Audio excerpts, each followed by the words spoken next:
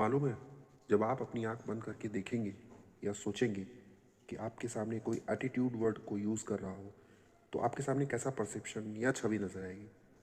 शायद से आपको किसी अकड़ू या किसी घमंडी इंसान का चेहरा नज़र आए, मगर ऐसा नहीं है। एटीट्यूड का घमंड या अकड़ से किसी भी तरह से कोई भी रिलेशन नहीं होता।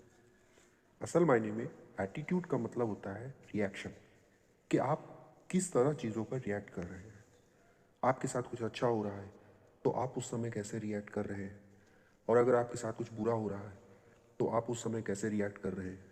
ये सभी डिपेंड करता है आपके नज़रिए पर। किसी व्यक्ति का जो रवैया या व्यवहार जो भी है, वह व्यक्ति की किसी भी सिचुएशन में उस सिचुएशन को किस तरह हैंडल या नियंत्रित करना होता है, ये जो तरीका होता है वही उस व्यक्ति का एटीट्यूड है। हर इंसान की कामयाबी और नाकामयाबी उसके एटीट्यूड पर ही डिपेंड करती है। आसपास के माहौल, संगत, चीज़ों को देखने, परखने और समझने का खुद का जो नज़रिया है, ये सभी मिलकर एक व्यक्ति के अंदर पॉजिटिव या निगेटिव एटीट्यूड लाता है। एटीट्यूड एक माइंडसेट है, मतलब पॉजिटिव या निगेटिव एक नज़रिया है। यह हमारे जीवन में खुश या नाखुश रहना, कामयाब या नाकामयाब रहने का रिजल्ट भी हो सकता है। जबकि वहीं अगर हम ईगो की बात करें, तो यह एक काले तिल की तरह, अर्थात एक ब्लैक होल की तरह होता है, जो एक इंसान से अपने आप के अलावा कुछ और देखने, सुनने और समझने की शक्ति को छीन लेता है।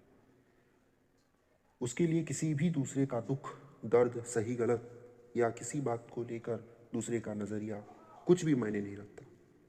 ईगो की सबसे खतरनाक बात यह है कि यह ज़रूरी नहीं कि वो इंसान अपनी ज़िंदगी में सफल होगा तभी उनके अंदर ये आएगा। ऐसे भी लोग हैं दुनिया में जिन्होंने अपने दम पे कुछ भी ना किया हो, लेकिन मैं की हवा उन्हें ऐसी लगती है ना कि उसके बाद ना कोई दवा लगती है और ना कोई दुआ लगती है। भले ही उसके अंदर कोई गुण ना हो, लेकिन ईगो के कारण उसके अंदर इतनी निगेटिविटी आ जाती है कि उस इंसान को अपने ही परिवार और दोस्तों से मदद लेना या बिना मांगे किसी की मदद करना उसे सही नहीं लगता।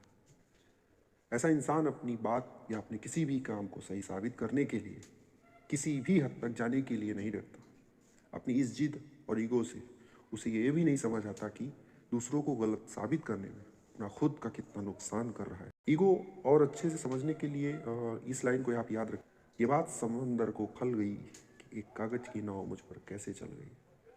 एटीट्यूड किस आईने के सामने कोई छवि नहीं होती, जबकि अहंकार की छवि होती है। आशा करता हूँ कि फ़र्क आपको समझ आया होगा।